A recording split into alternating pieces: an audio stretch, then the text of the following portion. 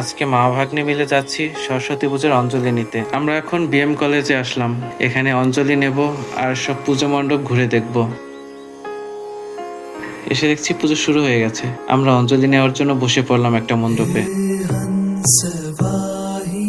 আজকে মায়ের কাছে শুধু আমাদের একটাই প্রার্থনা, মা যেন আমাদের বিদ্যা বুদ্ধি দান করেন।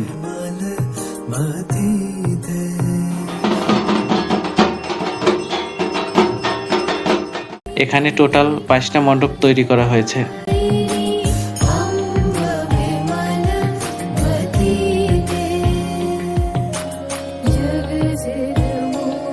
একটা দাদা এসে আমাদের দুজনকে সরস্বতী পুজোর ব্যাচ পরিয়ে দিল।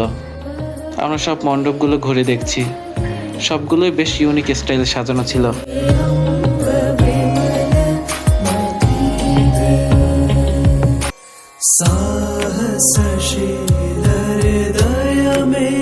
সব মিলিয়ে আজকে সকালটা বেশ ভালো কাটলো।